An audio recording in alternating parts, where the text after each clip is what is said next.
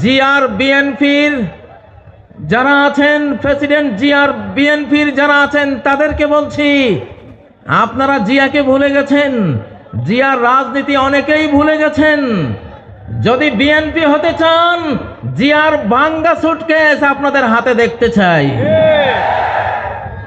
যদি বিএনপি হতে চান, তাহলে আপনাদের বাড়িতে আলু ভর্তা আর ডাল ভাত খাওয়ার রেওয়াজ আমরা দেখতে চাই।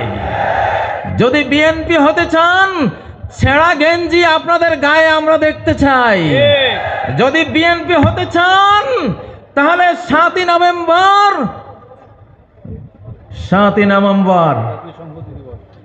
জাতীয় সংহতি দিবস, জয় বাংলা স্রোতের, জয় বাংলার নাপাক স্লোগানে 71 থেকে 75 পর্যন্ত নারায়ে তাকবীর স্লোগান বন্ধ হয়ে গিয়েছিল।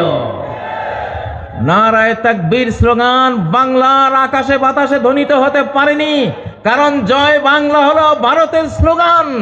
বাংলা বললে বাংলাদেশ বুঝায় না, বাংলা বললে বাংলাদেশ বুঝায় না, এটার ভিতরে ভারতও ঢুকে যায়, ঠিক নয় কি?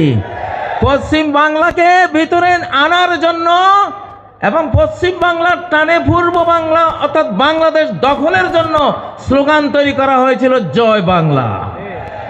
সেই জয় বাংলা একটা শিরিকি স্লোগান।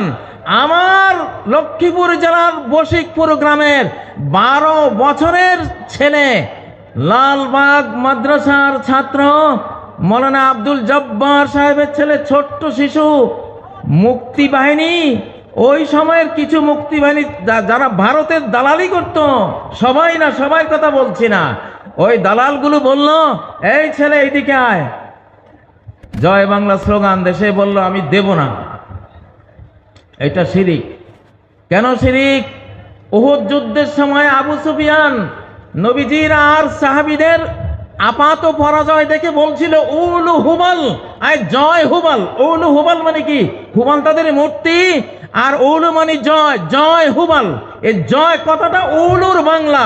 উলু, ওরা উলু দেয় না, উলু দেয় না, উলু উলু থেকে উলু দেয়, ওটা মূর্তি পূজা। জয় হুবাল বলেছিল আবু সুফিয়ান। ওমর বললেন, ইয়া রাসূলুল্লাহ, আমরা কি বলবো? নবীজি বললেন, তোমরা বলো আল্লাহু আলা ওয়াজাল। তো সেই উলু হুবালেরই অনুবাদ করে জয়, জয়ের সাথে যুক্ত হলো বাংলা জয় বাংলা, একটা শিরকি স্লোগান, ঠিক নয় কি? এই জন্যই আজকে ঘোষণা দিলাম, জয় বাংলার দিন শেষ, নারায়ে তাকবীরের বাংলাদেশ। আমি বিএনপিকে বলতে চাই, আপনাদের জিয়া আপনারা জানেন না অনেকেই, আপনাদের জিয়া 7ই নভেম্বর এই স্লোগান 71-এর পরে নতুন করে এই বাংলাদেশকে উপহার দিয়েছিল। অতএব বিএনপিরও স্লোগান হবে নারায়ে তাকবীর, আল্লাহু আকবার, ঠিক নয় কি? আজকে বিএনপির অনেক নেতারাই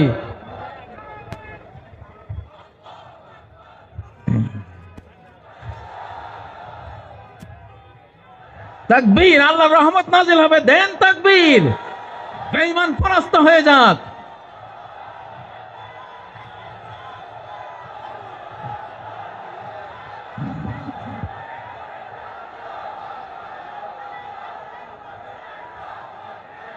নারায়ে তাকবীর, নারায়ে তাকবীর, আল্লাহু আকবার। কোরআনের আলো ঘরে ঘরে জালো, লিল্লাহি তাকবীর, আল্লাহু আকবার। বিপ্লব বিপ্লব, ইসলামী বিপ্লব, ইনশাআল্লাহ। এইবারে 4 নম্বর স্লোগান। এইবারে কত নম্বর? 4 নম্বর স্লোগান, নোটিবাইজির দিন শেষ, বোরকাওয়ালির বাংলাদেশ। নোটিবাইজির দিন শেষ, বোরকাওয়ালির বাংলাদেশ। স্লোগান তুলো না কেন তোমরা যুবকরা? লিল্লাহি তাকবীর। আবার বলছি, এখান থেকে বলো না, নটিবাইজির দিন শেষ, বোরকাওয়ালির বাংলাদেশ। নোটিবাইজের দিন শেষ, নোটিবাইজির দিন শেষ। নারায়ে তাকবীর, আল্লাহু আকবার। শোনো প্রিয় শ্রোতা মণ্ডলী, এই যে বোরকাওয়ালির বাংলাদেশ, আসলে রাষ্ট্র তৈরি হয় নারী পুরুষের বন্ধন থেকে। নারী পুরুষের বৈধ বন্ধন পরিবার প্রথা। পরিবার দ্বারা নারী পুরুষ একত্রিত হয়, ৫-৭টা মানব শিশু নিয়ে পরিবার তৈরি হয়।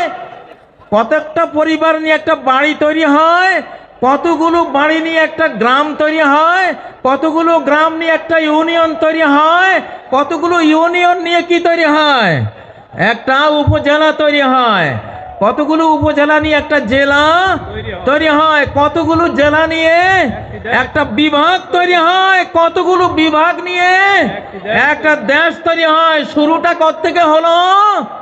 ওই যে নরনারী থেকে। কোত্থেকে? নরনারীর পরিবার প্রথা থেকে। তোমরা এই, আমি আরেকটা স্লোগান দিচ্ছি,